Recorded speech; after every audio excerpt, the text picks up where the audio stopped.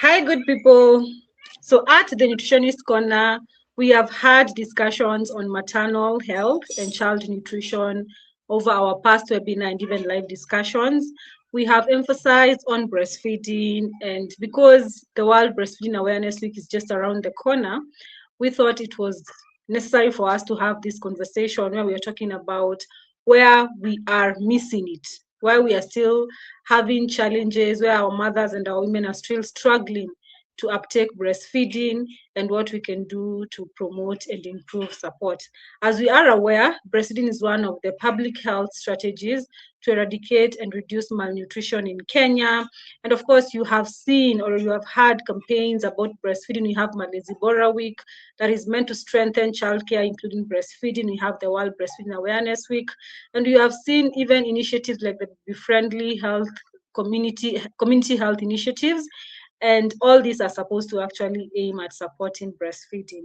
So tonight we are joined by two guests. Our other guest, I'm sure he'll join us and come on board as we continue amechelewa mahali, but we have an amazing guest that is not new to our platform. She's a registered nutritionist and she's a specialized pediatric nutritionist. This means that she has not just the normal training that we have as nutritionists, but she has gone ahead to further specialize on childcare, which includes breastfeeding, and she's also undertaking a postgraduate diploma. She'll talk about that if she's interested or if she wants us to come in and understand that aspect of her life. But she's very experienced and she has vast knowledge when it comes to matters breastfeeding because she's also a mother. So allow me to introduce our guest for tonight as we wait for the other one. Eunice, karibu sana, and let's get us ready for the topic, the discussion for tonight. And tell us who you are. That is the most important part.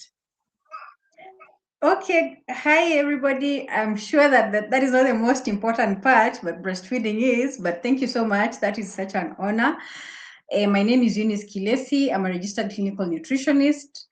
And as you have heard, I've also specialized in pediatric nutrition. And I think one of the things that really motivated me to continue with pediatric nutrition is because I saw, the suffering that a lot of people around me are going through. People consider breastfeeding as something that is natural and easy to come, but it's not the truth. The truth is breastfeeding is a skill that needs to be learned. So I wanted to take our attention to something that we consider simple, yet it's not easy. And I'm also taking a postgraduate diploma in clinical nutrition. I was privileged enough to get a scholarship by the Mark Foundation, and in collaboration with the University of Buckingham, that is where I am taking my postgraduate diploma. So my journey is something that I consider interesting. It's difficult, but it's also adventurous, and it's all worth it because I'm still right now helping my community. I'm interested in elevating the lives that are around me. And I've actually networked a lot. I have met a lot of people through the education that I have undertaken. For example, Lillian and Charity, I met them when I was taking my nutrition degree. And I'm so grateful to be here tonight as we talk about the breastfeeding awareness. We know that we have a lot of policies in Kenya. We've launched. This government is called a launching government. So tonight, I want us to discuss why the policies that we have are not working and what we can actually do about it as mothers and as healthcare workers, because sometimes we forget that all these things are meant to help the mother and the family at large, not just the mother. We just need to strengthen what we already have to make sure that it works. So thank you so much, karibuni sana. Tonight we're going to have we're going to have a blast. So karibuni sana. Thank you so much, Lillian. Thank you. And I like the fact that you are excited about the discussion tonight because you have said that the government is a launching government. And I think it is just learning or just borrowing from the predecessors if something like that exists.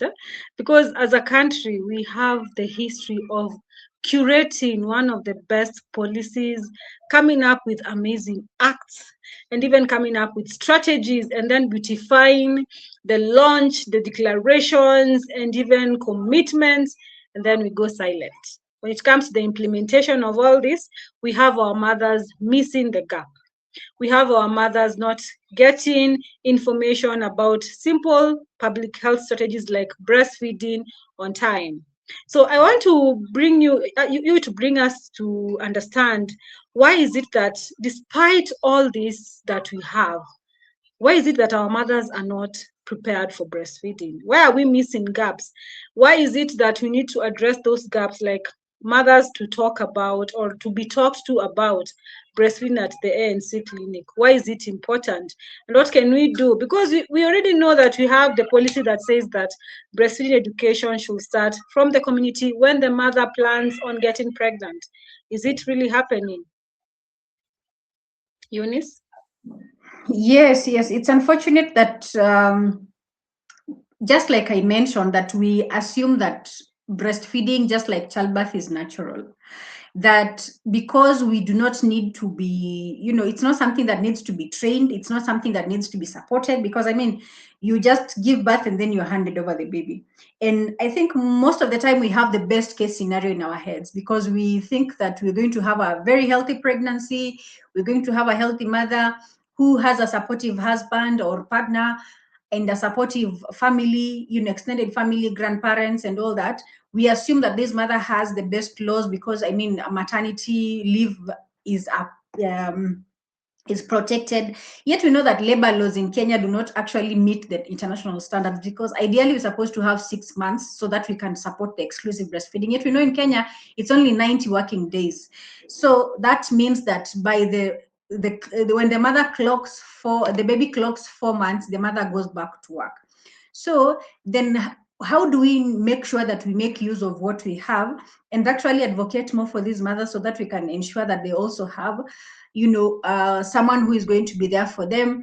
Peradventure, if they want to go back to work, they can know how to express this breast milk, how to store it, and then how to make sure that the baby is fed properly. We know right now that the laws in Kenya, hiring nannies, and the way our society is set up right now, we are no longer the communal that we used to live. So it's either you hire someone, and we right now come from households of two working parents.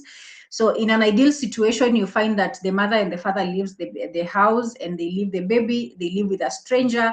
So it's a lot of things that we need, because these things that the fact that it's not talked about, the most people, especially women, get pregnant, and then they expect things to just be smooth, smooth pregnancy, no diseases, no complications during birth, and then shock on them, some of them actually get complications along the way. They get non-communicable diseases such as diabetes, that is gestational diabetes. Some of them get preeclampsia, some of them actually get hypertension.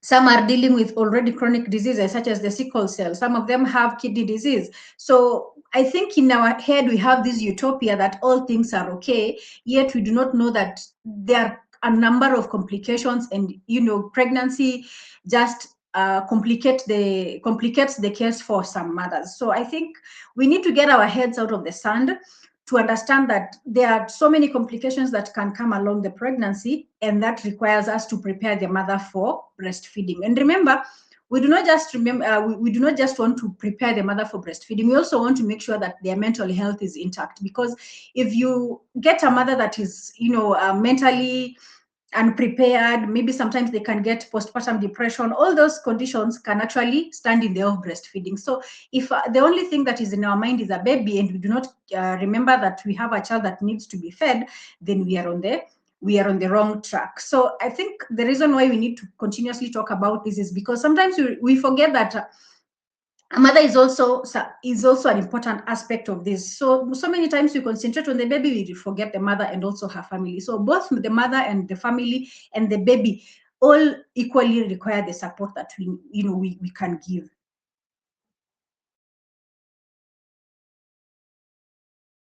I agree with you. I agree with you, Eunice. And as you were talking, I was just thinking about now the way this woman, like for instance, now I'm pregnant, or there's that lady in the community or in your community, or even you yourself, you get pregnant and you attend your first ANC clinic. And as we all know, if you are going to these private facilities, they'll not start you on breastfeeding. In fact, I don't know what is the problem or what you need to do. There's a lot of gap between what is supposed to be done and what is actually being done when it comes to preparing the mother for breastfeeding. And I think we can take it as an analogy where we set an exam for mothers after childbirth, and yet we don't give them the revision papers, we don't give them content to even talk, to revise, or even read about breastfeeding. You see, as you said, we expect that most mothers are going to have it natural. We expect that majority of us expect that the mothers are going to just flow because they have breast and they've just given birth. But we know there are so many challenges that can come for a mother, or that can attack a mother and make it impossible for her to breastfeed or even initiate and support that breastfeeding that we want to do. Now, why is it that we still have these gaps? I think one fact is we don't have enough staffing in our facilities, where we don't have time to talk about, to really talk about, education and awareness. For majority of us, we think that the blanket campaigns, like where we stand before mothers in the morning at the ANC clinics and talk to them, mama, nataka ukienda ukunywe maji, nataka ukienda ukule mboga, nataka ukienda ufanye hivi na hivi, and once they give birth we go to the maternity ward and start shouting, nataka uwekelea mtoto kwa matiti, nataka ufanye hivi, amka ukae chini, shikilia mtoto, nyonyesha, nataka mtoto akue. There's those talk. We have done that. Eunice, you have done that. I have done that myself. We are so good at it, in singing about those songs. Unaimba mpaka una cram. Now, where is the gap? Because we are still singing those songs, and the missing link is still not yet linking. Why is it that we are still suffering as women when it comes to supporting breastfeeding, and we have been singing in the ANC? What can we do to improve breastfeeding uptake and support from the ANC clinic before we get back to the community? Yeah, thank you so much. You've brought up very important aspect of reactive healthcare. That is what we have in Kenya. Hatupendi prevention, hatupendi proactivity. We react when we get there, because during ANC visits, most of the mothers are actually advised on how to feed themselves during the pregnancy. We do not take them a step further and tell them how they need to prepare for breastfeeding. We don't tell them how their rooms should look like, their nursing stations, because ideally you're supposed to tell the mother to not just prepare the hospital bag. I know that the first thing that mothers usually do when they get pregnant is, after 3 months, ndio wanaenda kwenda ANC, and then maybe after 5 months is when they start going to toy market or Gikomba, they start preparing for baby clothes and all that. But I think this is a time, because the mother's commitment is still on herself and she does not have a lot on her plate. I think as healthcare workers, that is where we need to take advantage. Instead of telling this mother about just the pregnancy, let's talk about lactation. Let's talk about the physiology, how that, some the environment and other factors will affect her breastfeeding. So how she needs to prepare, how she needs to start getting ready for breastfeeding, what complications to expect and how to deal with them, when to seek care, skills such as hand expressing or machine electric pumping, so that they can get assistance when they get there. Because if you wait until the labor day and unaanza kuuliza mama, hey, what have you prepared? What do you have? It is actually the wrong time. The right time is during ANC, because we know that usually maybe during the third trimester is when we have that, we usually call the nesting. So the mother remembers, like wakati huo ndio anaanza kukua anxious, the hormones are not allowing her to sleep properly. So that is the time that they can take in information and new knowledge that they can actually implement. So this is the time for us to tell them about what to expect. Tell them that they immediately, if God helps them that they get vaginal birth, these are the ideal circumstances. Should they get CS, this is how they need to this is what they expect. They should expect that this is what will happen. So we need to prepare the mothers, not just mentally but also physically, help them to know how to to do breastfeeding, expressing. And then this is also the time to do assessment physically. Sometimes we assume that all the mothers have breasts. Some of them have undergone surgery. Some of them have inverted nipples or flat nipples. So this is the time to actually prepare this mother mentally and tell them the options that they have, instead of assuming that everybody has that option of breastfeeding. Some of them are actually maybe incarcerated mothers. Some of them are sick. Some of them have mental issues. So I think the thing that we have is, like I said, we assume that pregnancy and birth are, under the best case scenario. So let's figure out, instead of waiting for that time and that is why the current the current policies actually recommend that we have 8 ANC visits. So, and each ANC visit has something that we need to talk about, the topics that we need to talk about, and that is why just even before I think I'm the noisiest person when it comes to preconception nutrition. These are some preconception health. Okay, so during the family planning visits, just the normal healthcare visits and health checks, let's start talking about this, preparing, so that they know when they get pregnant, they don't have to wait at home. And this is when now the community comes in. Let these people know that you don't have to wait to be pregnant so that you can understand what pregnancy is. Because if we wait for us to get pregnant and then ngoja kidogo ndio watu wasijue uko na ball, ngoja kidogo ndio watu wasiongee vibaya, alafu hata kitu kibaki kufanyikia. That mentality that we have as Africans, I don't know whether it's other Africans, but as Kenyans, sometimes tuko na hiyo issue ya usiambiane, hata usipee watu wajue, we kwenda hospitali ya mapema ni kiherehere.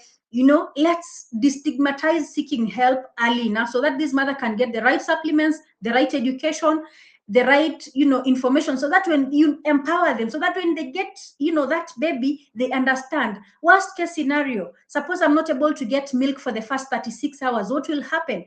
Do I need to start getting, formula? Do I need to do this? So you prepare them, and ideally, even before pregnancy, the third trimester, you can actually start stimulating the nipples and then start getting milk. And then for people who are brave enough, they can start expressing and storing. So suppose we empowered mothers to actually understand that this is not something that they have to be reactive about. We become proactive. Invite the mother-in-law or the other family members who are old enough to come to the ANC. Explain to them the anatomy of the stomach so that they do not force the mother to start feeding the baby funny things, so that they don't put pressure on the mother. Invite the partner. Let the partner understand that this mother will require at least 4 hours of uninterrupted sleep every night. If they can take maybe a shift when they come from work, or maybe they can get help, maybe they can get extra help for the mother, at least for them to get the help that they need. Things to do with feeding. How do they maybe stock their fridge? If it's a family that is able to maybe actually stock their own, the deep freezer, is it something that, so that we can get we get the mother away from all stress as much as possible, so that the concentration can be on breast, because we know that breastfeeding is not just a physical affair, it's an emotional affair, and it's a hormonal affair. So if the mother is able to get everything straight, I know that under all circumstances, maybe we are not going to get 100% of the things, but suppose we all got there, that the mother has all the cards laid out. I'm so happy about a book that I read when I was pregnant. It was about, expecting, what to expect when you're expecting. It has everything, all possible, scenarios, the birth positions, the birth complications, when do you need a doula? When do you need to go, danger signs, all those things. I feel like those are some of the things we don't give. And then you've mentioned something about private hospitals. I feel like most private hospitals just concentrate on medication, pharmacotherapy and all that. They don't actually concentrate on the mental health, the nutrition, and some of them do not even actually have nutritionists. I'm not calling out private facilities, but I know most of them do not have nutritionists. So they, the nurse, the what, all of them become, they have a workload. So sometimes at our public facilities, you can actually have a nutritionist, but there are other more important, departments than the ANC, because someone can handle. So I feel like you've talked about, having a high workload, but the truth is, in between there, that is where the gap is. The gap is in implementation, because we have the knowledge, we have the policies, but who is going to help us to implement them is what the problem is, where the gap exists. Yeah, so that is what I can say about that. I like how you have packaged that. Like, you have highlighted what I had written here about preparing the mother. You have talked about the fact that this mother is going to get, like, the norm, the way we do. The mother is getting a lot of information after Ameza. See, I've told you, me and you, we sing that kwa corridors, the hospital, we have done that through, hata kama you're not in clinical practice, when you are doing clinical rotations, we sang that, like, unaenda kwa maternity ward because you had to go and fill that logbook, and you start singing, mama nataka untole maziwa, mama nataka untole. This is a woman that maybe they did not even see a nutritionist or even hear about nutrition and breastfeeding the whole time they they were coming to ANC. Then comes in the myths. Now, this mother has missed all these opportunities that you have talked about. I may miss Kwenda the ANC visits. I may miss to get the required nutrition education. Their families, because majority of us do not go with our husbands. Majority of us, even with the incentives from the government that ukikuja, when you come with a husband, you're not going to queue for long. We are still not taking our husbands to the ANC. Our husbands are still alienating themselves. They believe that the whole pregnancy and breastfeeding thing is for mothers and women alone. So when I need support, this man will feel like I am forcing, I am trying to add on to his problems. So it becomes a really big challenge for me to get the support from that husband. And because we have completely destroyed the community structure that we had as African or even as Kenyans, then it becomes really impossible for the mother mentally to cope and to even now continue producing for us milk as we tell them to give us milk. Now, I want us to just get this picture about the myths, because we know they are there, they exist. Like now, most mothers, as you have said, they believe that they're not supposed to go to the facility before they are 3 months because wataonekana na machombaya, they will be thrown bad things. Others believe that they cannot, even without even trying and understanding why their body can and try and to even try and produce milk. Some of them have already, they have that in mind that whatever the professionals tell them ni kierehere ya vitabu. I was having a discussion today and there was a community advocate who was like, community health advocate who was like, whatever we write on books should be left behind when we go to talk to the communities. And I agree to disagree with that statement, because whatever is existence in policies, whatever is existence in our acts, whatever is existence in our strategies, has actually been research. It has been a lot of data and evaluation and analysis has been put in that coming up, so that it becomes almost hard, it becomes almost impossible. Our third speaker has joined us, so I will introduce him shortly as we get to there. It becomes almost impossible for you as a healthcare provider, as a nutritionist, now to get to that mother who already has an opinion about breastfeeding, and this opinion is negative. So I want us to talk about briefly the myths as before then, and then we introduce our speaker and our second speaker, Eunice. Some of the myths that you have heard that actually affect breastfeeding, and maybe debunk 2 or 3. I can tell you one, that people believe that you're not supposed to compare any newborn. A good number of our parents and our grandparents, as you have said, they do not understand the anatomy of the stomach, so they'll give you the pressure. Mtoto hashibi. I'm a healthcare professional and I have met that pressure, and it's not small, not just from my mother, but from everyone around me. When you start feeding and the baby is reaching out for things, unasikia mtoto anataka kukula, mtoto ashibi, and I have enough milk. So why is it that women are still believing such? And the other myth is, like, when you have a husband, you're supposed to, if you breastfeed for long, your husband will look for interest elsewhere. There are those things that affect breastfeeding. Others, oh, you're not supposed to eat this when you're breastfeeding, or you're not supposed to do this, or you're not supposed to, when you go outside, you're not supposed to, I don't know, people are not supposed to see your breast, or the baby will be affected if they breastfeed on a breast that has already been seen. Now you wonder, how is this mother going to breastfeed when she goes outside or when she leaves her house, because you want to continue with breastfeeding on demand. Kindly, you can just share some of the myths that you have come across that affect breastfeeding, and also maybe because I wanted you to address on the issue of overloading information after childbirth, and you have done that very well. You have said the awareness strategy calls for the 8 visits of ANC. So if you are a healthcare professional, or if you know someone who's currently pregnant, please encourage them to go to clinic or visit ANCs as soon as they can. Kindly, Eunice, on the myth, and then we will introduce our second speaker, sorry. Thank you so much, Thank you. Lillian.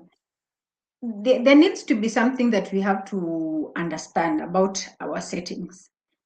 Every myth and misconception has an origin. So can we understand the genesis first before judging? I know that as healthcare workers, we usually have this superiority complex that, our mothers are, maybe unlearned, are ignorant, yet we know that we are living in a very interesting stage in life right now. Education is there, people have been enlightened. So I don't think it's the right time to ignore some of the myths and misconceptions that we have, because we think that it's coming from our parents or our great grandparents who are not learned. Because if we actually understood the genesis of those myths, we would actually be compassionate. So I would advocate for understanding the root cause and addressing them. Okay, so just like you've said, that most of the time we get pressure from our mothers and our in-laws, the people that are around us, our aunties, telling us that we need to give children extra things because breast milk is not enough, especially for our mothers and sisters with the small breasts. I don't know whether I'm the only one who has come across that, but it's a myth that the smaller the breast, the less the milk. Actually, it's not true, because I mean, it's not the size that brings, it's the glands that bear the milk. So it's a whole thing. So that is one of the myths that I've come across. I've also come across the myth about, the thing that we've talked about, that pregnancy is natural, breastfeeding is painless, and it's not. Breastfeeding is a skill. So if you find a mother struggling, we've come from a long way, scissoring the breast, supporting and all that. Let's understand, let's be compassionate instead of going, like on an attack. Let's understand why this myth and misconception exist. Something else about the things that we need to eat. Most of the time, I've had many myths about what not to eat before the baby comes, because the baby will get big. Maybe mtoto ataongea sana. I've had some communities believe that if you eat eggs when the baby comes, they'll be too talkative. I don't know, extroverts tuko wapi. So let's begin with not attacking them about what they believe in, but understanding, being compassionate, and actually addressing where these things are coming from. So one thing that I can advise healthcare workers is able try find out all the myths and try to find out their genesis, so that when they come, you explain to them the reason why it was believed this is because of this, and this is the alternative thing that you need to believe in. Because I feel like most of the time we get that resistance because of that demeanor of superiority, because you go to them and you unawachukulia kaa ni mafala. Na most of the time our mothers tell us, kwani mnatuchukulianga aje, sisi tuliwalea, and you came out all right. So yes, they're not wrong about us coming out all right, but they also need to understand that times have changed and things have changed. The environment has changed, but let them know that whatever they believe in is legit. There has to be something, there has to be a genesis of why they believe what they believe. Something else that maybe I can another myth that I can actually talk about is that belief that breastfeeding in public sijui utaweza macho nini nini. I mean, those are spiritual affairs. Mimi hata siingiliangi mambo ya spiritual. I tell someone, you believe what you believe in. Kama utataka kujifunika gubi ukinyonyesha mtoto, kwa raha zako. As long as the baby is breastfed, kwa raha zako. So I don't usually like judging people based on what they believe in, but I like to give the information and be the judge. After all, one of the ethical principles is autonomy. You give the information, they'll believe what they want to believe, because at the end of the day, if you go with them na kifua na nguvu, they'll only resist. So that's what I can say. I like your angle. I like that angle very much. And it's even proven that when you attack what someone believes to be factual and truth and something they live by, they will not consume what you want them to consume. So as you have said, as healthcare professionals, as much as we want to debunk myths, as much as we want to educate and give the right information, let's pause for a minute and listen to why they believe so. If someone believes that the left boob is meant for the husband, you can try and sit them down kidogo and tell them, as the husband, before the husband breastfeeds, please make sure that the baby has fed first. And because of bacteria and such things, you tell them before the baby breastfeeds after the husband, you make sure that you have wiped the left boob. Because I met someone who told me that the left boob is for the husband. And I even had that thing today. So it's not that person, that woman I met who I thought. And there are also other women who are great. And the thing is, with the consistent, soft and gentle and empathetic delivery of information, then people will actually be willing to onboard and actually listen to what you have to say. I have someone who has gone through the whole process of ANC. When you listen, the third trimester, they started expressing, they were massaging, they were doing all that, and they were able to store some good amount of milk. And by the time this was her second baby, by the time she gave birth, she had hypertension. So when she gave birth, she was admitted for like a week, and the baby had supply. Imagine, the baby did not do any formula, but that is a rare case. From the numbers that we know, that is a rare, but it should serve that it's almost possible for these mothers to even take up what we take if we understand and we show compassion. I hope I've gotten that word right, because nanilemeanga juu ya where I come from. Anyway, our second speaker is in. Edward is in. He's a nutritionist himself, and he's going to bring the aspect of why men need to support our mothers. But before that, let us allow him a minute to introduce himself, then we can start engaging him. Edward, if you can hear me kindly, you can unmute and put on your camera, and you introduce yourself. You tell us who you are, what you do, and why this conversation is important to you as our other gender. Karibu sana. Thank you so much, Lilian. And let me try to put my camera on. I'm at work, so I might not be very active on video, but at least I can communicate. It's okay. There's no So problem. Go ahead. yeah.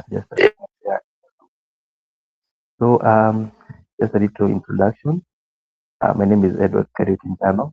As you said, I'm a registered nutrition technologist. So most of the things I do on advocacy, on TikTok, and also on LinkedIn, especially on matters nutrition, and also matters to do with governance, especially civic education. Also, that is also my field. But today we are talking about nutrition, especially which is very important. We're talking about breastfeeding. Breastfeeding, especially coming from the man. most of the things, people talk about nutrition are the ladies, because maybe tend to think they're the ones who need to breastfeed. But I'm happy to have heard you guys talking about the misconception and the myth, and also the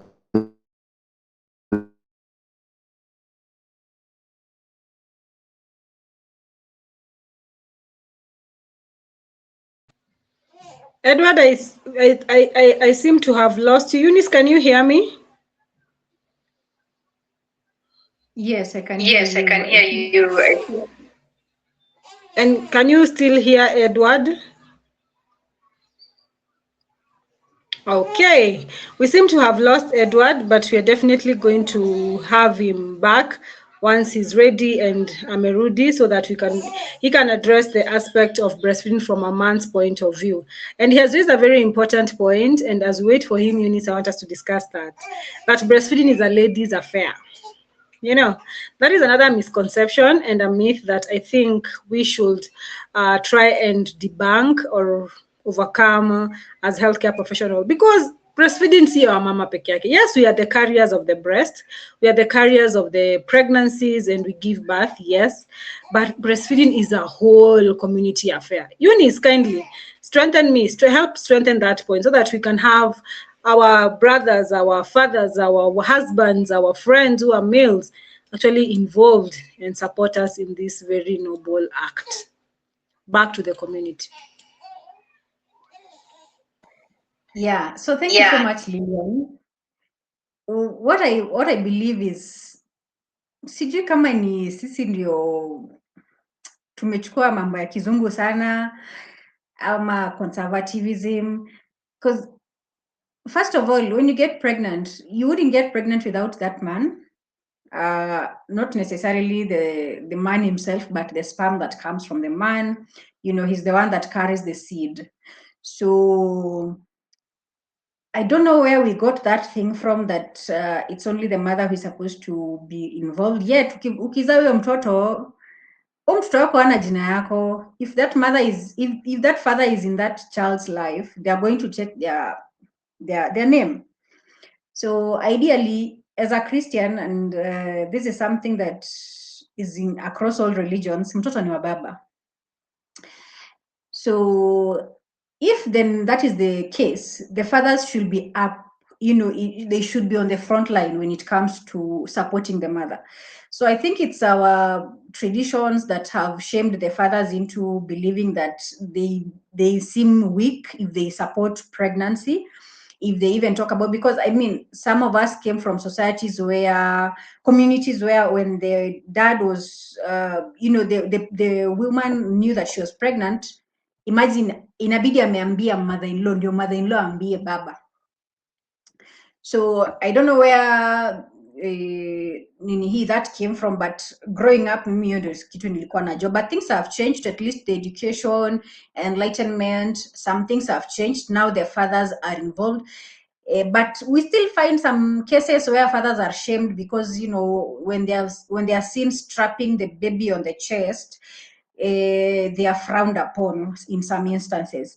So I feel like this is just a community thing that we need to tell the fathers to, not give in, because I mean, you can either perpetuate something that you were raised, or how you were raised, and you can actually be the person that ends that that curse, because I tend to believe it's a curse. So you can actually say it ends with me. So it's something that we need to understand as people. We know every time you go to a community, you also need to be accommodative of the said community. You need to understand why they do what they do, like I said, and try to make them understand that this mother does not just need the support of the father, but the father needs to be involved. Because when we say support, it means that ni optional. But when we say that the father is 100% involved, then it's a partnership. It's not a support. So I know it's a systems issue, it's a community issue, it's a belief system issue. And Edward is here to explain to us why men feel sometimes that this is a woman's affair, but I don't believe it's a woman's affair, because I mean, nabeba mtoto wako, so kwa nini nikuwe mimi ndio nabeba hiyo mzigo peke yangu? Very good questions. Very good questions. But before we get to Edward, we have a comment from Violet Adika. Andika is saying, I think when one understands different cultures, it will be easier for them to be able to understand the myths and the misconception from them. And I think that is where you were saying that we need to be compassionate and listen to try and understand where these myths are coming from, because sometimes it is what they know. And before you can change someone to believe something else far from what they know, it's not an easy thing. It's not a one-time thing. That is why this education session should be continuous all through pregnancy and even after childbirth, to try and support and make sure that at least the mothers are breastfeeding these babies. So yeah, thank you so much, Andika, for that comment. And Umuro Adano says this is a lovely discussion. Thank you so much for tuning in. Remember that if you have questions for our discussion tonight, or if you have contributions on how we can close the existing gaps, we're going to get to that before the end of the session, you'll feel free to leave them in the comment section, and we'll definitely be checking them out as well. Now back to Edward. We were talking about the role of the man, and you say that before you left, you insinuated that people assume that breastfeeding is a woman's affair, and Eunice was actually coming in to try and debunk that. This is where now I want you to come in and try and tell us why it's so hard for mothers, or for fathers, sorry. Why is it so hard for fathers to be seen that they are carrying a baby? Is it hurting their manhood? And why is it that men struggle with attending ANC? Why is it that men struggle with waking up to help their mother's pump, to even, like, if you're in a public facility or in a public environment, why are we having men struggling with supporting their women to breastfeed? Because as Eunice has said, mtoto ni wa baba, and mtoto being our baba, and the fact that we are the mother of that child, we are also, in Africa, in African traditions and society, we are also like, I'm supposed to be my husband's child.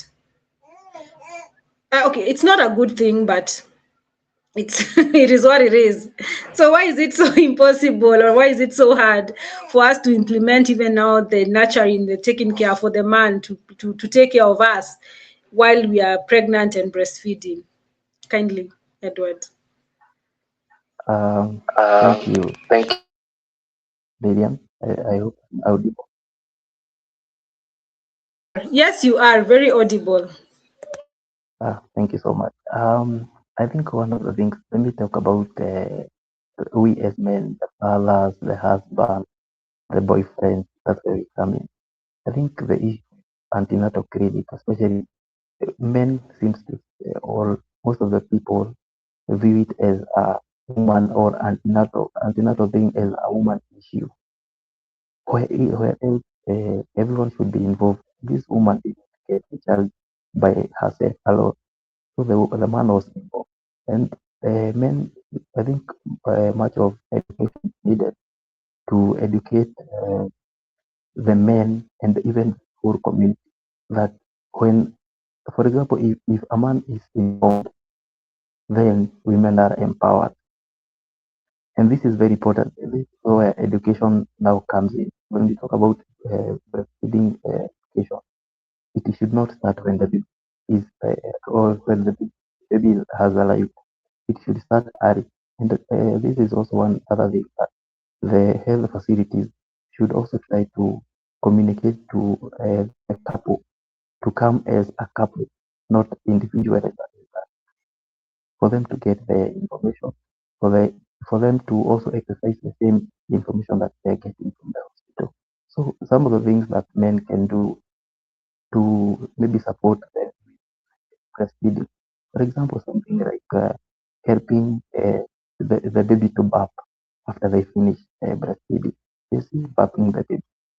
Those are some of the things that will cause relief to the woman or to the mother, and especially when it comes to you know, also emotional support.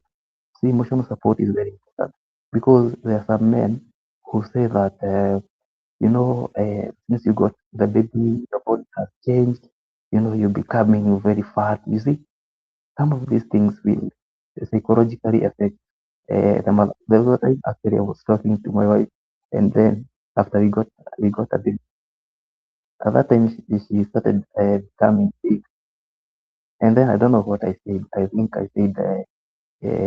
Maybe if you can start working out, you can reduce your weight. That is a very bad thing. I didn't mean to say it, but you see, psychologically, it was really affected because as a woman, and I'm supposed to appreciate her just the way she is just because she's got a baby. And this is why men need to understand that you must be there to stand with your woman, because this is we are empowering women, especially when it comes to breastfeeding. And even talking about now the breast milk. Breast milk is very nutritious and it cannot be compared with the formula. I remember when my wife went back to her job, it was so stressing because we used to express milk, and which was now after some time because of the stress at work, the, the milk uh, the milk reduced and he was not able even to produce enough. So we had to feed our baby with the formula milk because he used to work. He didn't get enough time to maybe even harvest harvest enough milk for the baby, and which is very expensive. And that's another advantages of breastfeeding.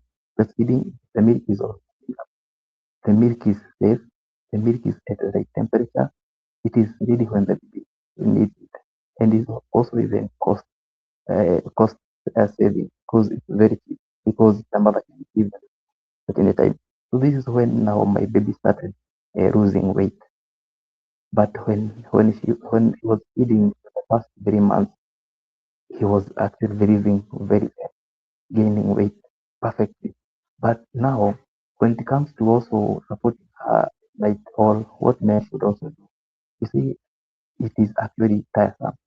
And once we start now telling mothers that we're supposed to maybe start nutrition education or feeding education when the baby comes. It's like now, I want you to be a driver and then I give you a driving manual when you reach in a busy highway. Are you be able to concentrate with the driving manual? You cannot be able to concentrate with the driving manual. You'll be concentrating on the vehicles that are on the highway, not to cause an accident. So this is the same thing. We forget that we should start breastfeeding education very early during pregnancy, so that we can psychologically prepare the mother to be preparing for them for mother to ask any questions. We have first time mother. We have mothers who maybe have questions about getting twins, how you can be able to breastfeed. We can teach them how to do a good position attachment. You know, these are conversations that matter. And once we involve the men, the grandmother, and the whole community, they all understand why the breast milk is very important and supporting them even when they feel tired. They just need that psychological support. I don't know whether we're together. Yes, we are. Tuko pamoja Uh, kabisa. Very nice. So I think basically that's what I would say. And there's some things that say like talking about the grandmother supporting now the mothers. Kitambo, the grandmothers maybe they have some other needs like you should give your baby some water because they feel that's where they're crying. Sometimes they will tell you you can give your baby some herbs, introducing porridge too early. But now with education, when people are informed, the grandmothers can come in encouraging the mothers with maybe helping them with the house chores. That's how the support they can give to the mothers who are breastfeeding.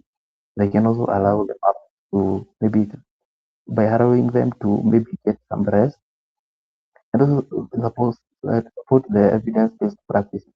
So these are some of the things that people can be able to support them. And talking about the employers, how can now employers now come in, especially when it comes to supporting them up? You see, I sometimes now I'm happy because even when you go to churches, they have created those breastfeeding, the lactation rooms, so that as you were saying about breastfeeding in public, the mother doesn't have to feel so insecure or feel ashamed when they are breastfeeding. So I think we should also push more on those lactation rooms in different places, in marketplaces, in hospitals, in churches, because mothers will feel confident even breastfeeding. Uh, their baby. This is actually one of the things that maybe even employers should maybe consider. And also, there is one thing that I keep asking about. When it comes to maternity leave, me, I always feel that the maternity leave, the 3 months maternity leave is very short. What do you guys think? Because because 3 months, if your baby is allowed to suckle for just 3 months, and we understand that it's supposed to do exclusive breastfeeding for the first 6 months, now the mother goes back to work, the milk production is cut, and surprise, now this baby now depends on the formula, or because maybe there is no enough milk that the mother has expressed.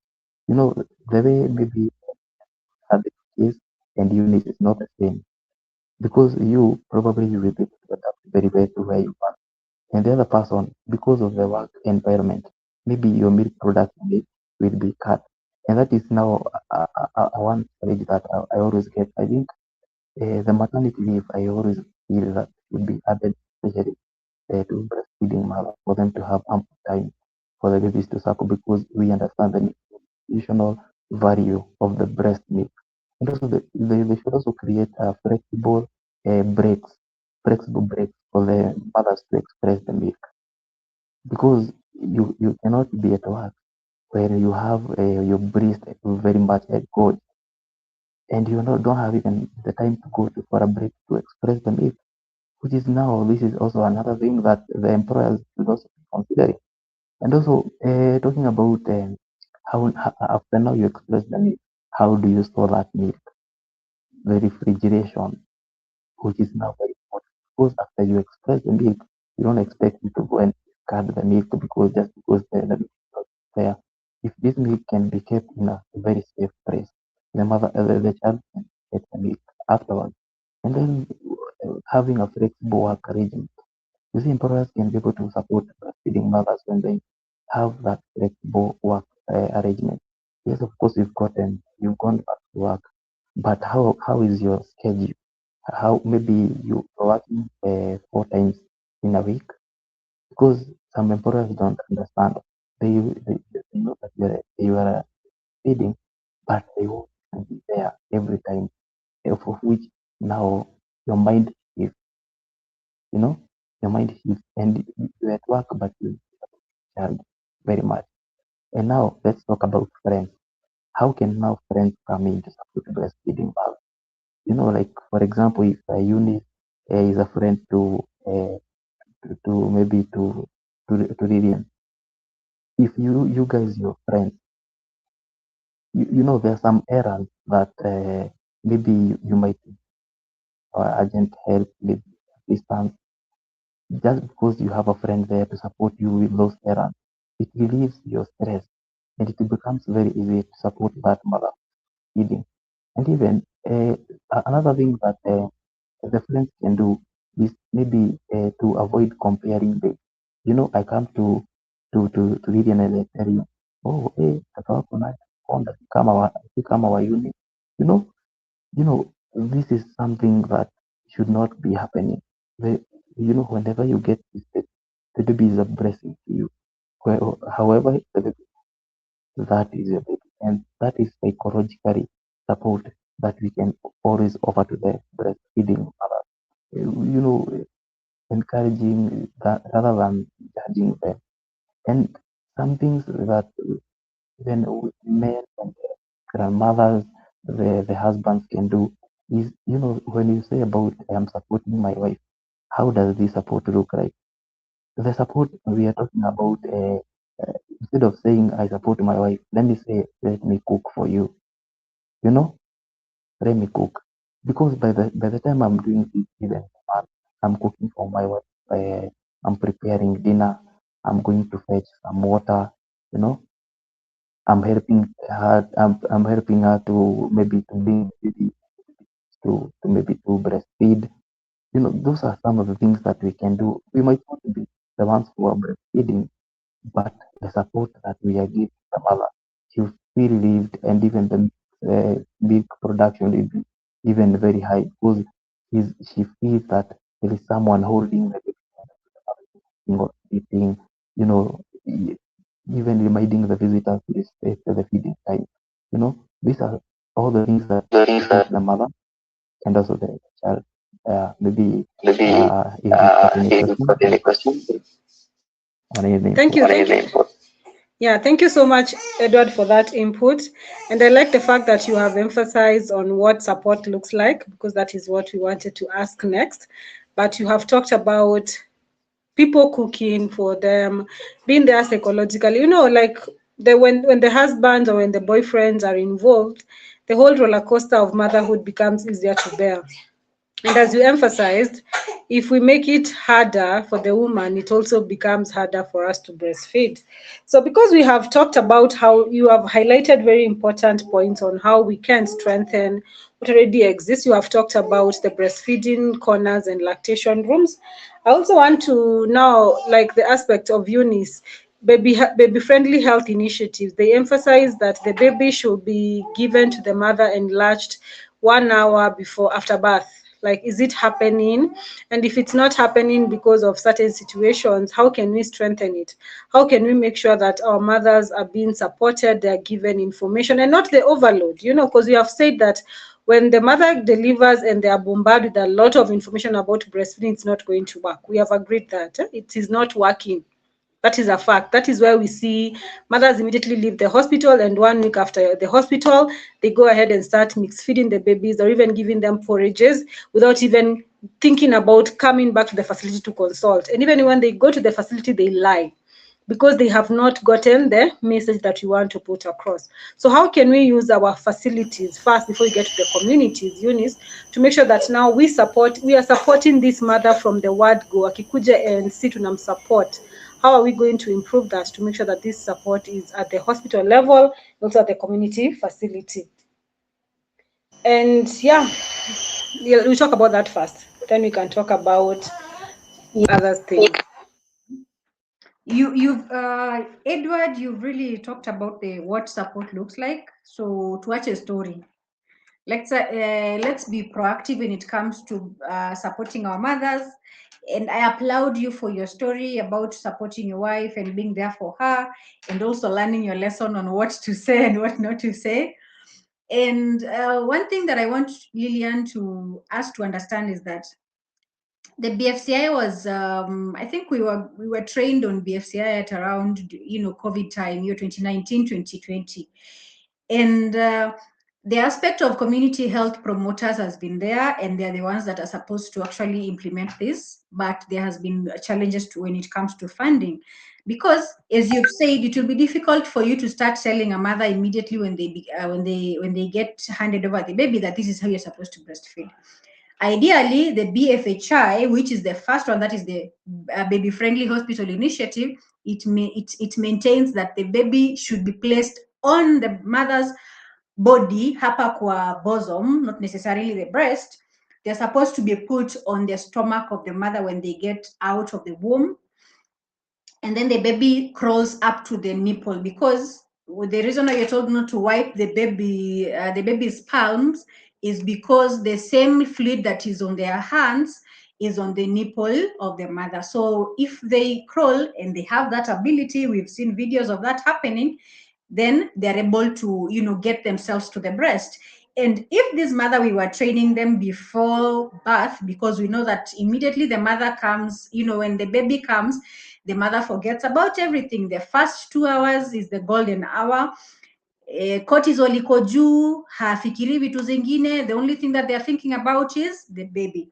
And by God's grace, kama huyu mama hajapata complications zozote, hiyo ndio time sisi tunakuanga busy. The nurses are cord clamping, administering vitamin K, doing all those medical procedures that they should have, they can postpone. If there are no complications during the birth, during labor, it's actually, advised that the baby is given time, before cord clamping, because of the vitamin K and the ion transmission, where the blood barrier occurs, at the cord. So it's not an emergency. You don't have to wipe the baby. You don't have to get the mother out of the labor ward at that time. You do not have to get them out of the labor bed. But tunajua workload tuko nayo. We understand the number of nurses that we have. We understand the number of staff that we have and the kind of mothers that we have. So under ideal circumstances, that is what it should be. You should, get the baby out of the birth canal and get the baby onto the mother's stomach. Wakwe wrapped pamoja, they practice rooming in the first, like immediately rooming in inafaa kuanza. So that is what we are supposed to do. And the thing that will help us is empowering mothers during ANC that, mami, this is what is supposed to happen. Mtoto akifika, hivi ndio anafaa kufanyiwa. That is why I say that education needs to happen before the birth. So that even the mothers who can advocate for themselves will say, daktari, naomba mimi mtoto wangu usimkate kitovu mapema. That is depending on, the circumstances during the birth. Mimi nirapie mtoto wangu, nataka kumweka kwenye tumbo, asaidike. So that they can start breastfeeding me, because that practice alone of getting the baby to climb up, literally, can help the mother actually get the letdown of the breast is usually is faster than those that the baby has been wrapped alafu unaletewa baadaye wakati umeshaenda kwa recovery room. So studies have been done. And unfortunately, there was also a study that was done in 2025 by a student that was doing their thesis in Nairobi University. they found out that in Nairobi 100% of all the hospitals hakuna moja ambayo iko na lactation room. Imagine hiyo ni healthcare workers, and 98.6% of all the healthcare workers that were breastfeeding hata hawa hawana breastfeeding breaks. So imagine the disconnect between what we have on paper and what is on practice. If our own mothers who are health practitioners do not even have a break, if the laws that actually are meant to protect our mothers are not implemented in the health facilities. Edo talked about lactation, corners being in workplaces, but how many can we see? Mi mali nafanya kazi hakuna kitu kama hiyo. The hospital that I was working in is a government hospital, but it does not. Yes, there is a katoto corner hapo kwa CWC, but there's no privacy. There are no sinks for washing your hands. I mean, it's just a story. So mimi hata kitu inanishindaga ni, what are we talking about? If every time we're talking about these things, implementation ndio shida, enforcement ndio iko weak. So in as much as we try to talk about these things, let's also empower the mothers so that they can be asking these things, because I mean, some mothers will say, mimi nataka ufanye hivi na hivi na hivi, and then it's unfortunate that some of us, the healthcare practitioners, actually become reactionary to that mother, and then we start treating them like, we ni kichwa ngumu, huyu ni mama yeye, wewe ndio unajua kenye unataka kufanya. We treat the mothers advocating for themselves as a threat because they have actually called out our incompetence, which is, you need to check yourself.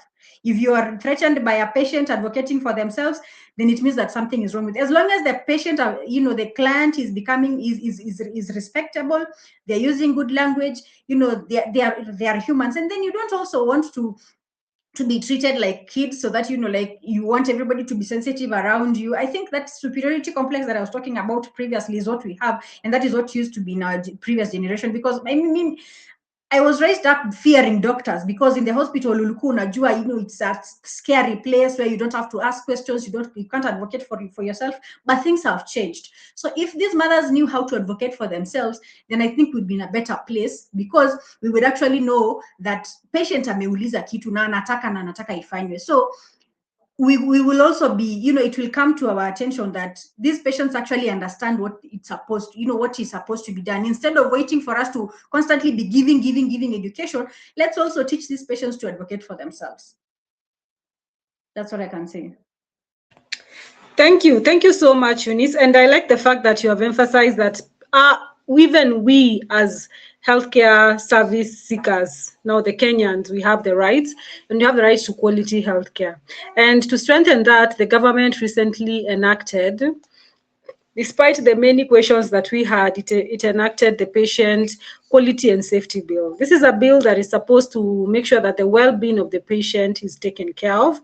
It is supposed to promote professionalism in the hospital facilities.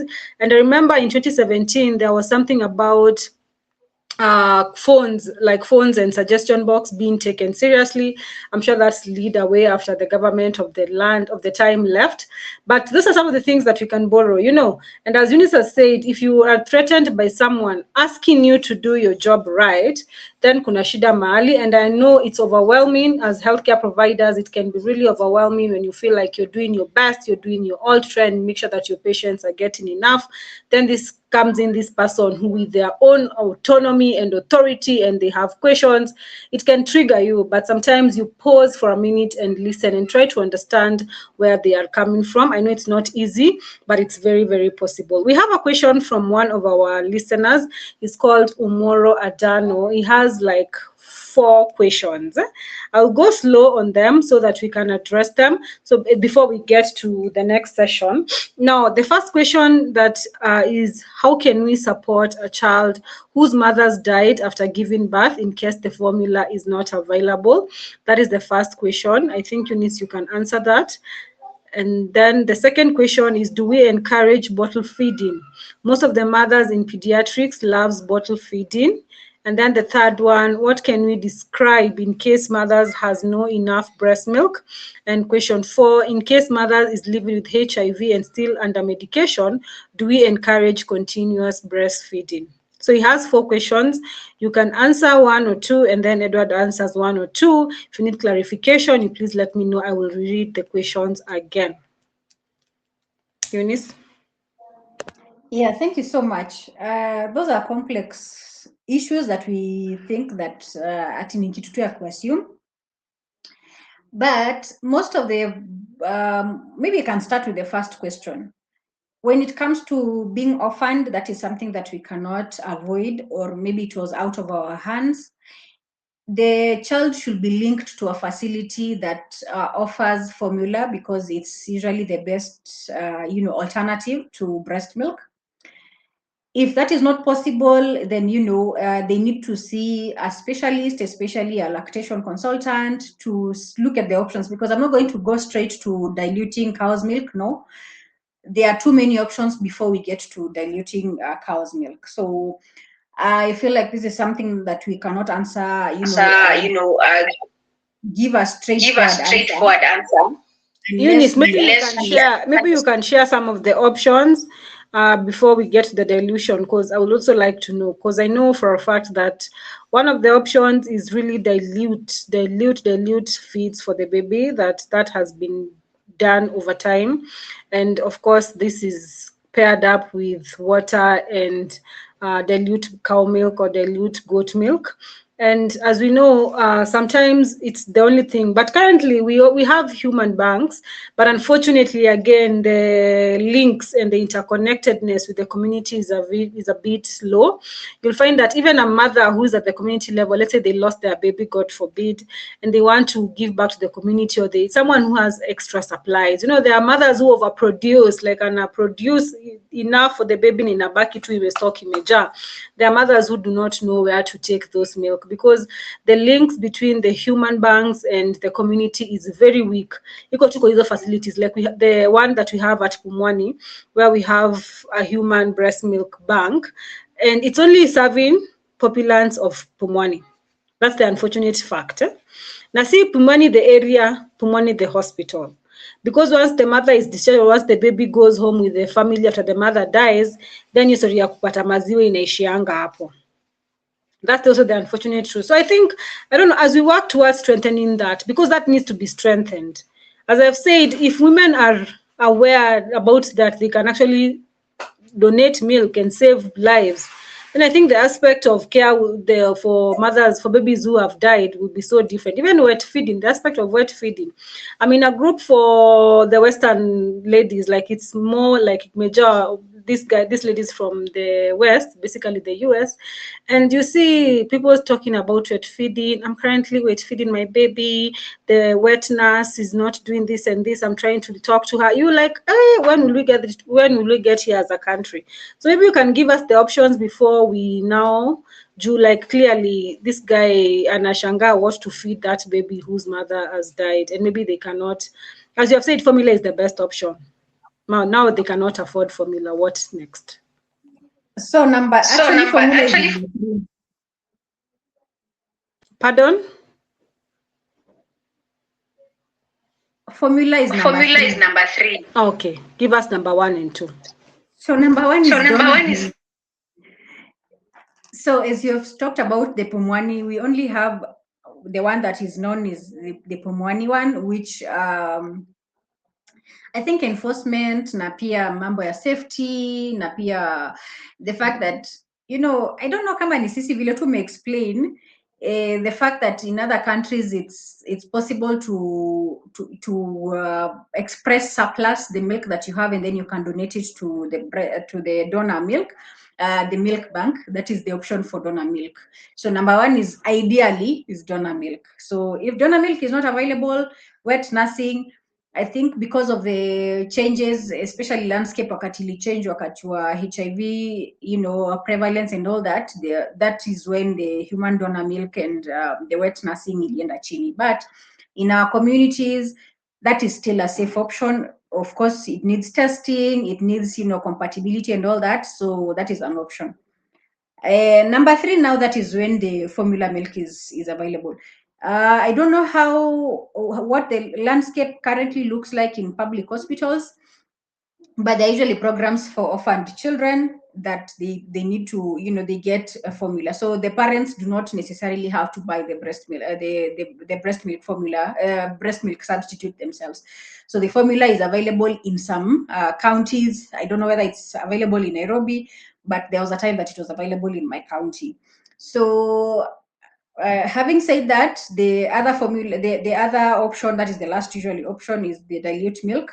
And the cow's milk or the goat's milk needs titration. So that means that you need to go see a nutritionist or a lactation consultant so that we can talk about the diluting the milk, because ndio tufike hapo tunakwanga tumegonga ukuta. Then that is the reality, because I mean, when the baby is still young, you cannot give them a porridge, hawezi wapea food, because I mean their digestive system cannot take in, they're still very fragile, their immunity is compromised, so you cannot start introducing other foods. So that is the reality. Yeah, Unfortunately, the feeds are introduced, which is sad. Yeah, I think I remember the question about the mother who is HIV positive. As long as the mother did attend her ANC visits, there was support, the viral load was 0, they are on antiretrovirals, the medications have been adhered to. The mother who is HIV positive can breastfeed the baby as usual. So no special circumstances, unless maybe kuna shida, kama kuna maybe cracked nipples, that is when they can consult. But otherwise, if there's no contact with blood and all that, they can still breastfeed their baby. And that is, that is the best option. Breast is best. What was the other question? Oh, bottles. I remember the bottles. I remember the question. Yeah, do we encourage bottle feeding? Most of the mothers in pediatric love bottle feeding. So the reason why it's for us to opt for bottle feeding is because of the nipple, which actually counteracts the whole aspect. Because the moment you introduce the nipples that are on baby bottles, there's nipple confusion, because for the baby it's easier to suckle the big nipple that is on the bottle than the nipple of the mother, because sometimes it's hard, it's elastic, it will take a lot of time for them. So the moment you introduce the bottle, you are going to get nipple confusion. Because I mean, we all love, tunapenda soft life. So ukipatana na kitu rahisi utashindwa. So the moment you start expressing and then you give the baby using the bottle, atazoea your bottle, and then you will now be expressing na takata kwenda kwa breastfeeding, because breastfeeding, the act of suckling is actually hard work, and that is why because they need to practice their jaw, they need to practice their dental formula, and that is why the breast is good. So, and then another issue that we have is the material that the baby bottles are made of. Most of them contain BPAs, the materials that are made of plastic, because I know most of our mothers cannot afford glass. The best material is glass, but remember there's still silicone, there's plastic. So the plastic you start introducing early enough to the babies, we know that they mess up with their systems when it comes to we know the effects of plastics, microplastics in the body. So things to do with memory, you're starting to introduce toxins to the baby, so neurotoxicity. Na hata hapo tujiongelea mambo ya hygiene, because you know that a lot of mothers are also ukimwambia juu ya hygiene anasema kwani unaniona mimi kaa ni mchafu. So you start handling the whole process of wewe umenaa mkono, umetumia sijui sabuni gani, umekelea wapi hiyo bottle ya mtoto wakati unaosha. So the whole process of handling will actually introduce a microorganism, so you're going to compromise the immunity of the baby. So besides the material and the nipple confusion, we also have hygiene issues. Yeah, so that is why the baby bottles are not advisable. So that is why we actually need to just do a cup feeding. Kama mtoto alikuwa term baby, we know that they are able to do cup feeding, but if not, maybe we can do syringe or maybe spoon feeding if we are going to use express breastfeeding. So because I mean, under normal circumstances, breastfeeding is the vehicle. Thank you. I hope, Umure, your questions have been answered to satisfactory. Edward, you have something to add? Sorry. Yes, maybe to add. Okay. Talking about bottle feeding. Eunice has talked well about the risks of bottle feeding, and especially when you talk about the increased risks of infection. When you talk about the risks of infection, the bottles and the feed can be difficult sometimes to clean thoroughly. And this now gives chances to maybe getting the germs if they are not properly sterilized. So this now gives maybe chance to grow when it talks about our child gets maybe to get the diarrhea, the vomiting, and even other infections. So that is why bottle feeding sometimes is discouraged. And also another thing about bottle feeding is that maybe there might be also nipple confusion or preference. You see, sometimes drinking from a bottle requires a different maybe suckling technique from the breast. We're talking about breast attachment and positioning. So when the baby is using the bottle, this is a different suckling technique. That is also another challenge. And some babies may seem to maybe prefer the faster flow from a bottle and have difficulty latching onto the breast, which now making exclusive breastfeeding even harder. And even also talking about the early weaning. When you talk about early weaning, frequent bottle feeding can reduce the baby's demand for the breast milk. You know, since the breast milk production on supply, we talk about you know breast milk production maybe works on so when supply and demand. When the baby is suckling more, there is more production of milk. So when the supply is maybe not there because of the bottle so much, there might be maybe milk supply, and that is also another challenge. And there is also another maybe uh, talking about the formula preparation error that happens. You sometimes maybe you put too much powder, maybe that can maybe finally stain the baby's feeding because you're not able to calculate on the amount the baby is supposed to feed. And also too little powder can lead to poor growth. So it becomes a challenge. So having substitute the breast milk. And so that is why you already say that breast milk is a whole meal for the baby. And there's also unsafe water, as Eunice has said, unsafe water maybe practices if not be observed. And talking about now the most important thing, talking about the missed bonding opportunities. Breastfeeding always creates that bonding opportunity between the mother and the child. So when the baby is breastfeeding on the bottle for a long time, there is maybe that skin to skin contact denial. There won't be that feeling of skin to skin contact and comfort and bonding between the mother and the baby. So that is why sometimes if you have to use maybe the bottle feeding, of which mostly discourage, we encourage a spoon and a cup for the baby even to be able to even to feed. Maybe if appropriately a mother cannot feed for medical condition, maybe that can be preferred. And also one thing that maybe bottle feeding can be preferred is when the baby needs expressed milk, maybe when the mother is away. So that is those are some of the things that bottle feeding. And also breastfeeding is maybe when the breastfeeding is maybe temporarily not possible, but if there is the possibility that the mother is able to breastfeed, breast milk and the positioning attachment becomes the most valuable thing. So thank you so much. Thank you, Edward, for your input. Thank you for that. And Rebecca Kalume is saying this is a great discussion. Thank you so much for tuning in. We appreciate you. Leave your comments, your concerns, and we'll definitely be addressing them as we said.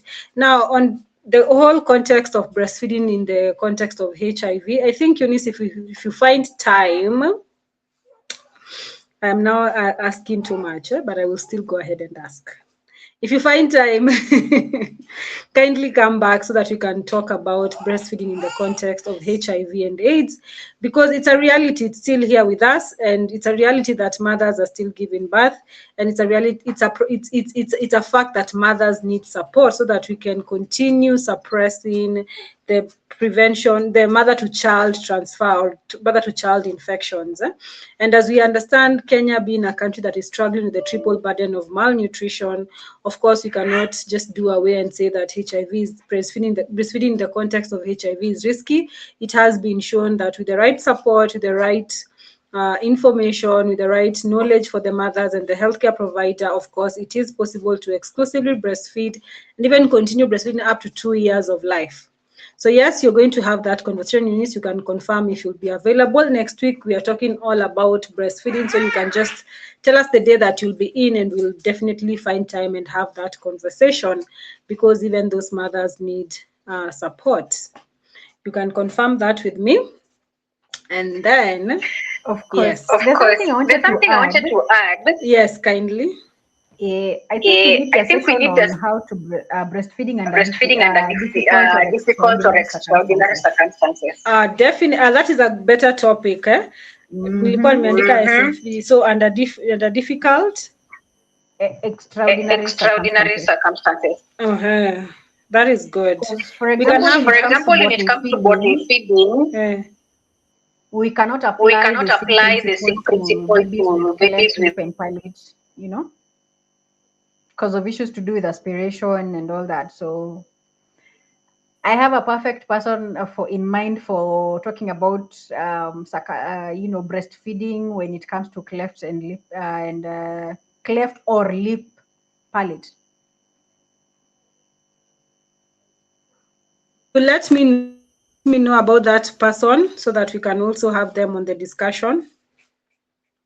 We can have it as a whole topic so that we can have the circumstances and the difficult. We also have HIV in it.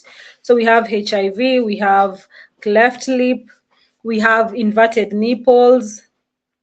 What else? The breast conditions. Yeah, all those. Zitakam. Yeah. Especially mothers who are battling maybe chronic diseases, chronic mental illnesses.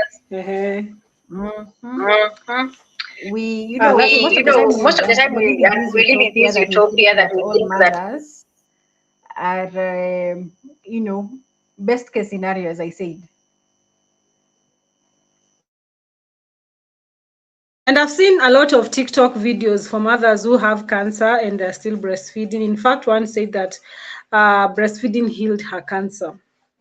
So yeah, those are some of the things that of course I have been doing for my FYP to have that. I've been watching very weird things on breastfeeding. But it is important to know what is happening so that we can relate to what we want to do and implement as healthcare providers.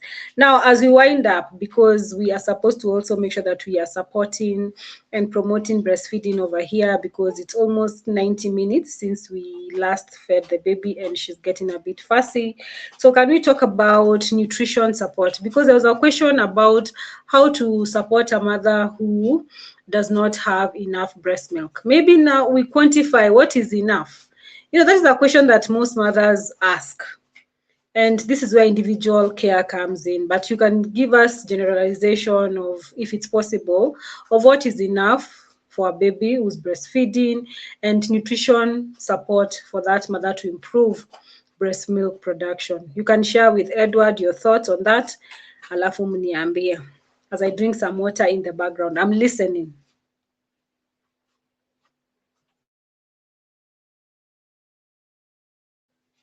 Eunice? I thought Edward was going fast.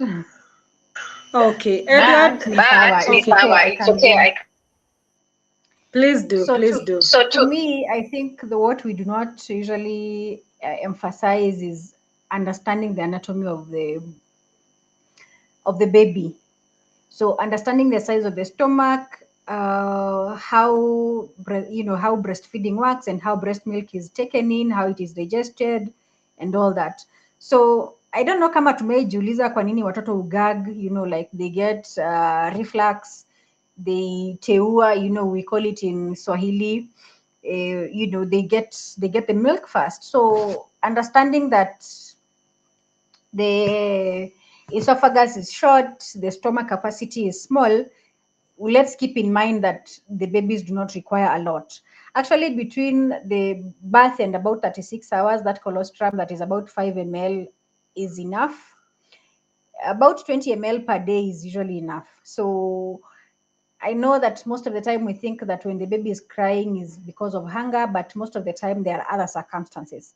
Remember, this is someone who is new to this world. They are just getting accustomed to the external environment. They are used to staying in the darkness, in the comfort of the ideal environment that they were in, surrounded by the amniotic fluid, getting, the correct amount of oxygen and the nutrients, and they do all that in the womb. But now they're outside the womb, and it's a harsh environment. There are noises, there are light, there's too much stimulation. So most of the time, I think we do not understand what is making the baby cry. So I think instinctively we think that they are hungry. So that is why we keep feeding, alafu mtoto anateua. You think just because they are, they're gagging, you think it's because they're actually full. So when we understand and tell the mothers that they do not have to worry, as long as they start getting to understand the hunger cues and all that, whatever they have is enough. And remember that breastfeeding is actually the law of supply and demand. So the more you supply, the more you get breast milk. So the more you breastfeed this baby, you're going to get more let down. So mothers most of the time just need assurance that babies do not really need enough.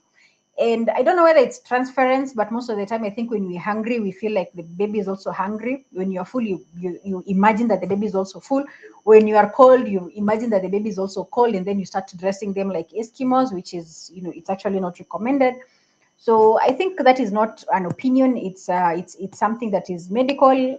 It's proved, and mothers just need to have self-confidence that what they have is enough. That is my 2 cents. Thank you, Eunice. Thank you for that. We are also trying to make sure that over here people are getting enough.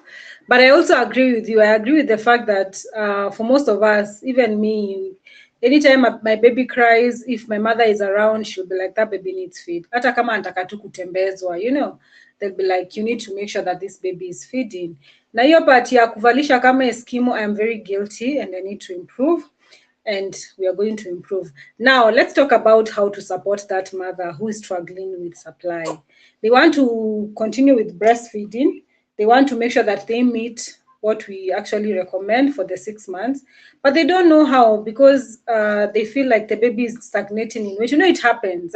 Even with it happens where the baby's weight is stagnating, anaenda hosi kila siku. The mothers can get really frustrated when every time unaenda facility kazi yako unaambiwa tu mtoto kilo yake inapungua, kilo iongezeki.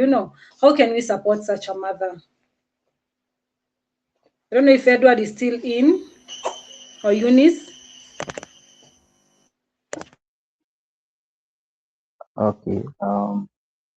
I'll probably touch on what I was talking about, especially when you're talking about understanding the breastfeeding, how it starts, initiation of breastfeeding within the first hour after the born, which is very important. And we now understand about now the whole thing about the colostrum. You see, if we understand that feeding the child with the colostrum, because it's one of the myths or misconceptions is that people think is that because the colostrum is a yellowish color, is dirty, it should be discarded, of which it should not be the case. They should understand that this is one of the most valuable things that uh, may be very rich in antibodies that boost the immunity to this child. And even the first milk helps the baby to even clear the meconium. So these are the things that people need to know, especially not talking about even also talking about the positioning, the attachment, and when the signs that you're supposed to know that your baby is getting enough, maybe you're getting wet diapers, the baby can able to pass the stool where, some of these things that you can be able to identify and maybe to get to know that your baby is getting enough. So I think most of these things also with the mother. Some of the nutritional maybe mistakes that affect milk production. Uh, Talk about poor maternal diet. Maybe the mother is not feeding. You know, as I said about your body start changing, maybe start changing. And if you're not psychologically supported, emotionally supported, you start feeling your self-esteem goes down because you feel your body has now started to maybe change your shape. You know, that's why we're talking about some of the nutritional mistakes that happen, like poor maternal diet. If the mother is not getting enough, then the same things that the milk production also will go low. Also talked about maybe there is also inadequate fluid. We know that the more you continue taking more fluid and balance of diet that you're feeding, all these contribute to the milk production. And also some other fees, because you know you're gaining weight, you need to skip meal. You know you should not skip meal, but because there is maybe someone with pressure, they feel my body is not the way it's supposed to be. They start skipping, and now this also now affects the milk production also. There is also that maybe extreme dieting after delivery. So those are some things that maybe affect the stress, the fatigue. So that is as long as we're talking about supporting the breastfeeding mother. These are other things that we need to identify. And also, it's good to also know that what is enough for the baby is that breastfeed the baby as often as the baby wants, and maybe getting to understand that the first time you start initiating breastfeeding on one, let the baby suckle for as long as the baby wants, because we have the very uh, types of milk that comes from that. We have we have the colostrum, which comes first in the first few days. We have the transitional milk that comes after some few days. Then after maybe after 2 weeks, then start the hind, now the mature milk that comes. So if the mother doesn't understand that the first milk that comes from the breast is to just quench the thirst of this child, most of this milk that comes during the feeding session or what you start, most of this baby gets to feed on the quenching thirst. But if the mother continues feeding the baby on breast milk for a long time, get the hind, the milk that is very rich in fat. That is now the milk that helps the baby to even start gaining weight, living well. So the mother needs to understand that as that's what we are saying, a breastfeed as long as the baby wants, and before changing to one breast, let the baby suckle until he or she comes from the breast by him or herself, which is now very important. I'll talk about how you get enough. Now you can look now other to with the wet diapers. Also, after the baby finish to suckle, maybe so that the baby gets to burp, because sometimes you feed find some mothers feed the baby home because they don't even know when is the baby he or she gotten enough. They don't even know when. And I like the way Eunice you said that understanding that the anatomy of the baby's stomach, which is very important. So that's my input. Thank you so much.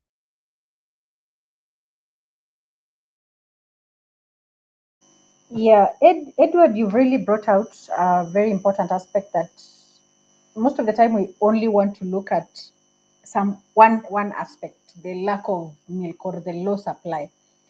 If we just bother to take history, understand the circumstances, has this mother been fed? Are they well rested? Are they being supported properly? We would actually understand, because the law of supply and demand applies in breastfeeding. The mother is able to be, well hydrated, well nourished, well rested, ideal circumstances will allow this mother to produce enough for their baby. Some mothers are actually producing surplus. Some mothers are, get more than enough for their babies. So I think the aspect of not getting enough milk most of the time we like just saying straight up, apana, where he, like the problem is a nutrition issue, but sometimes it's actually a medical problem. Have you actually checked whether the mother is okay medically? Is the baby okay medically? Maybe there is an underlying problem. Maybe there's an underlying issue when it comes to the health of either the mother of the baby or the baby. So we shouldn't be assuming that low supply, just means that hatuna maziwa. No, there are so many issues. And sometimes I like to think that telling the mother to express breast milk and then we can see what quantity they are getting actually puts more pressure on the mother, because now they have you in mind that you're going to watch and you're waiting for the outcome. So it puts more pressure, and then they get anxious, they start getting a lot of pressure, and it actually works the other way around. It becomes counteractive. Yeah, sure. Thank you. As you Asanteni said about, sana. Yes, Edward, go ahead. yeah, sorry. As we're talking about supporting now the mother, especially for the men, when it comes to support, I'm talking about this because men need to be included in such conversation, which matters so much. That is why I like, there was a time I visited a hospital and I really felt it was something that was very good. A couple came, a man came accompanied the mother, and then they were given the first priority because it was an ANC clinic, and should be happening. And you see, when health facilities encourage this, that the men should accompany the mothers to the clinic. Now, this one also psychologically supports the mother, and the man becomes part of the support. Even by the time the come, they have already maybe undergone through the feeding education with the husband, and that is why they come in to understand the role they're supposed to be there to support the mothers in the breastfeeding, and maybe learning about breastfeeding, helping with the house chores, changing diapers, like I always say, if this is my baby, I didn't get the baby alone. I must be part of the child. There are men who don't even know how to change their diapers. I wonder how this is your baby. Come on, helping with the baby bath, encouraging the mother. Sometimes feel you don't have enough. You don't have enough milk coming out, and then you have maybe your man putting you and encouraging you that uh, you know even food. There are men who don't give their women with enough food. How do you expect to produce milk when you don't have something to eat? Some of these things that maybe eh, getting rest, yeah, protecting the time from unnecessary interruptions. These are some of the things, studying against pressures to introduce unnecessary formulas. That is why we have those that maybe uh, goes against maybe when you talk about advertising the formulas, breast formulas. These are some of the things that we actually do not advocate as physicians. If a mother can be able to breastfeed, then we do away with the formula completely. So that is why we need all this conversation to be around, even if for men to be involved, for the community to be involved, and everyone to understand that nutrition and maybe breastfeeding and maternal nutrition is very important. So thank you so much, guys. Thank you so much, Edward and Eunice, for that. Jakisa, I said he has really enjoyed listening to you guys and to us. So thank you, Jakisa, for Timothy, for tuning in as well. And we have a question from Janet Wavinya. She's asking, how do you address the issue of food consumption for lactating mothers? Sometimes there's a lot of pressure to eat so many times a day to get enough milk. You know that theory that if you want to produce enough milk, you have to eat like a cow. How do we address that? To skiz it. I know the body adapts physiologically and to make sure that you eat, but how do you address the pressure to overeat so that we can produce for our babies?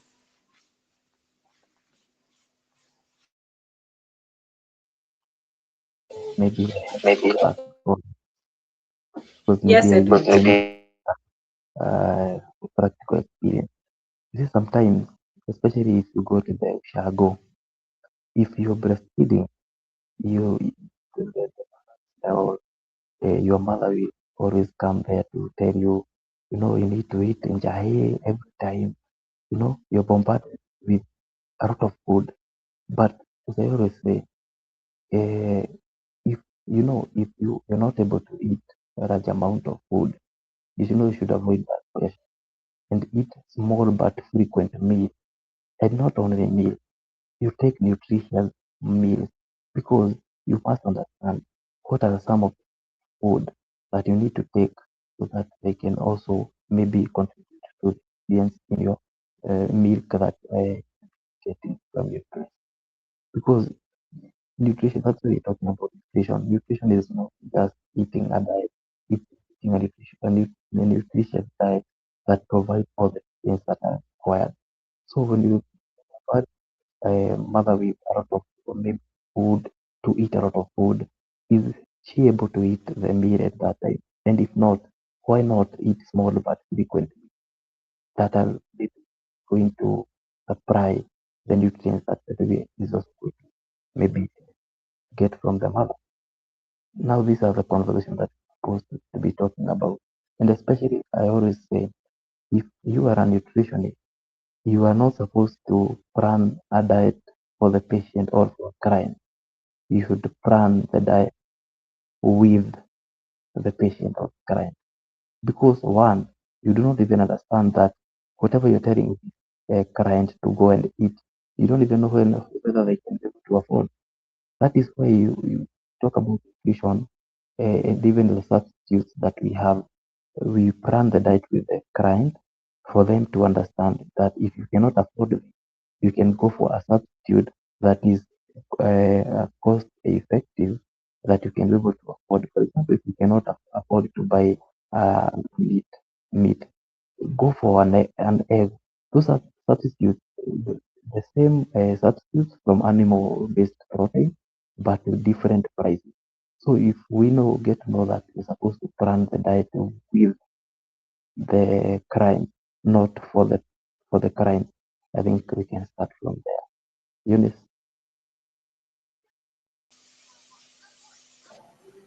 No, you've done a wonderful job explaining explaining the the circumstances, because sometimes, especially our community, we have this aspect, or rather an attitude, that the mothers need to be fattened when once they get children. Men have this prideful, boasting, that they say that umeona vile nimelisha bibi yangu. So that pressure is there. And mothers actually, women in the village will start saying, umeona vile amenona. So to our community, because for a long time being skinny was associated with being poor and malnourished, we actually glorify obesity. So the excuse of you're eating for two is there. Yes, it's true, because we have to eat 2 extra meals when it comes to breastfeeding. But the issue is the content of what you are actually feeding this mother. So understanding how, as you said, to plan the meal with the client, ask them what is in their plate, what they have, what they can afford, what is available to them, and all that. So when planning meals, make sure that these mothers understand that in as much as they're eating for two, what kind of foods are they eating? They should be avoiding junk. They should not be eating, sugar-laden drinks. They should not be, just eating for the sake of eating, but they should actually understand why they're eating. And we also need to tell this mother that there are also dangers of obesity. Not necessarily that the mother might have a history, but she can actually be the first person to have diabetes when it comes to the family history. So our counseling and our education needs to be personalized, we need to understand the circumstances, and we need to understand the, everything needs to be individualized, as you have said. So we also need to understand why we believe some of the things that we believe, because me najua my people, they love being when it comes to their mothers. So it's something that we need to overcome. And also allow me to add something, maybe for the sake of Janet. Remember that what you eat, as Eunice has said, is more important than the quantities you eat. But realistically, your body still needs an increase in supply when it comes to calories, the general calories. So increasing your intake is not such a bad thing, but making sure that you're within your requirements is another thing. So just don't eat for the sake of pleasing people. I know it's hard. I'm in that phase where people think that jaribu could diet, and I'm eating like 4 or 5 meals a day. So unashanga who diets with 5 meals a day, 5 different types of meals a day. But basically, what I do, I make sure that I'm taking enough protein, I'm taking my micronutrients, I'm still on my prenatal to make sure that I meet my requirements, and also try as much as you can to hydrate. We say in nutrition, you eat quality for one, to make sure that you're supporting your metabolism and breastfeeding and lactation production and of milk and all that. But you make sure that you're also drinking enough. Most of us are dehydrated while breastfeeding. You're not taking enough water. So try as much as you can to drink enough, to drink quality, do your soups, do your broths, do your cocoa, limit sugars. As Lisa said, obesity is real. And maternal obesity is a thing. And sometimes you can gain that weight and nikatai kuenda after. Unajua tunawaambianga kula tu itaisha after kunyonyesha, inaweza kataa kuenda. So let's be very vigilant as we take care of ourselves, because this is a phase where the body is it's not confused. The body's normal operations are not normal. The homeostatic balance is all over. Hormones are all over to ensure that you're eating to feed that baby that it just delivered. So if you're not planning well, inakuwa shida. So let's try as much as you can to address that. And I don't know if we have any other questions that we may fika, and some of us are really, really hungry. Do we have any other question on the comments? No, I can't see any other question. So yeah, as we close the gap, because we are looking towards to closing the existing gaps, I think as nutritionists we should commit to ensuring and continuous education for our families, for our husbands, and for our brothers, our relatives, and even the government. Anytime that you get a chance to talk about why the BMS Act implementation is weak and what can be done to improve it, please, by all means, be vigilant, be an advocate for that mother who is struggling to find a place to feed their baby when they are doing their daily errands. It's very sad that you go to town and assuming I did not have anywhere where I can even express my milk or allow my baby to stay while I do my errands, I'll be stuck in the house, And sometimes I have to leave her because I'm not so sure if I find my friend to misuse their office, because we lack lactation stations. So let's talk about these conversations in Atuhusu Sisi Wote, and let's be as vocal as we can, because we cannot strengthen what we don't understand. Let's try and understand what is currently being implemented, what has been tried, what is the plan for the near future, and the gaps that are still in existence. So allow me to allow you 2 minutes each to give us a parting shot, and then we'll close our discussion tonight. Asanteni sana for our viewers for tuning in. We really appreciate you. Remember that you can leave your questions, your comments, and your concerns in the comment sections, and we'll definitely be addressing that even after the conversation is done. So Eunice, you go first, then Edward can join you. And my guest says hi. Amesema lazima wasalimie. This reminds me of the first webinar I ever did, which you guys invited me to, and my baby was about that age. So I know the pressure that comes with an uninvited guest. They insist on being there, but that is part of the journey. And I'm so grateful for the Nutritionist's Corner, because most of the time we think that they are ideal circumstances, but it's not. We are mothers who are still, sisters, we are wives, we still go to work, some of us are employees, we have too much on our plate. And I think most of the time we think that those are not, things that you can just, it's like a cloth. unaichukua tu unaiva and then you leave. But that is the reality. The reality is we live with those things. We live with the responsibilities that comes with our lives. And that is why we need compassion. And that is why these conversations need to occur often. Thank you so much, Edward, for joining us. I don't know why I call you Edwin. Edward Njano, thank you so much for coming in, because we need to make sure that we do not just think that this is a women's affair. I think kwa sababu the majority of the nutritionists are also women, we assume that nutrition is only a women's affair. Let's get more men involved. Let's understand that sometimes wanaweza kosa kuingia pia, hatuwezi walazimisha. If they become, reluctant, I mean, we have father figures, we have our brothers, we have our fathers. They can also get in support. But I think our services should be centered towards the family, not just the mother. I know that our president the other day said, Linda Jamii, yeah, he was right about that, because tukisema Linda Mama, KMC has been changed to KC, Kangaroo Care, because it's no longer just about the mother, it's about the family. Any family member can practice the Kangaroo Care. So let's shift that language, because we understand that language is not just words. They carry meaning. So if we involved our parents and our loved ones in this care of the mother and the whole family, then we will see that destigmatization of health and reproductive health just being a woman's affair in Asia. So thank you so much.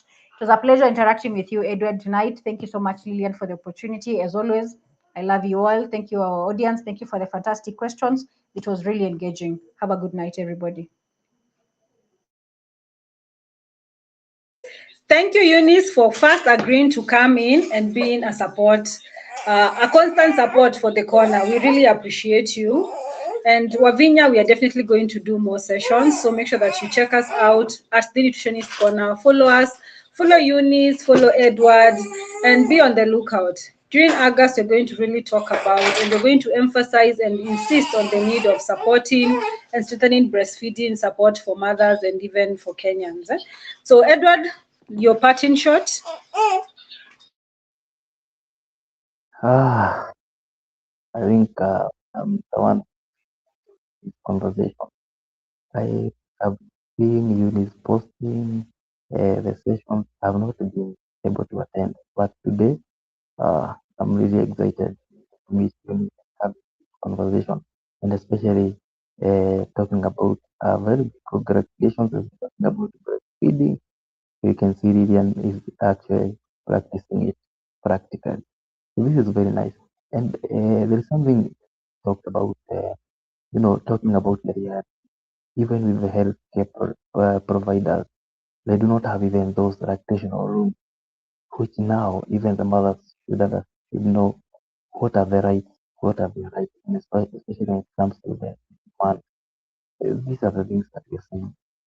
Every place, every public place should maybe have somewhere you can go and feed your baby comfortably, confidently, because this is something that we cannot maybe run away from. And maybe as I conclude, I'll just finish with saying this. Breastfeeding is more than nutrition. Breastfeeding is more than nutrition. So it is love, protection, health, and an investment in the next generation. So every successful breastfeeding journey begins with informed parents. You see, if the parents are informed, then it becomes very then supportive families. Then we have a responsive health systems and communities that value and protect the mothers. Let the mothers feel loved. Let them feel confident, especially breastfeeding. So when we support breastfeeding, we are not only nourishing babies, we are building a healthy nation. So thank you so much, Lisa. Thank you, Kona, for having me. It's been a pleasure, and I'm forward for more of these engagements. And everyone with the comments, with our audience, we really much appreciate you. And for me, also my LinkedIn, Edward Jano. Sometimes people call me Mr. Smile. I am a spoken word artist. I do advocacy through spoken word music, and this is all that we do. So thank you so much. Thank you for heeding my call and for joining it. Clock it, as Eunice is showing us. Asante sana. So we're going to keep this conversation going. As the corner, we promise you that. And yeah, we know we will not have made it without you. Eunice, we are appreciated. Edward, thank you for representing our agenda and coming in and talking about how support from our men look like. We really appreciate you. And to our audience, we will not be doing this without you. So thank you once again for coming back and having this conversation with me. Please excuse the background noise. It's time, it's past time. So yeah, asanteni sana. And from the corner, we are committed to making sure that we support, we promote, and we educate our women and our population generally about promoting breastfeeding. So let's all commit to that. And I think if we can do such a thing, that will be very, very good. So poleni sana for the noise, but pia to understand life is happening and breastfeeding is also happening. So from us, the corner, allow us to say good night. We will see you next week. Next week, make sure that you tune in because you're going to have more conversation. We can have a webinar and a live, and we can also have just like several lives if we have the energy and if we get the speakers. So from me and my family, clearly tunasema good nightini. Good night. Wow, it is Good night, Jerry.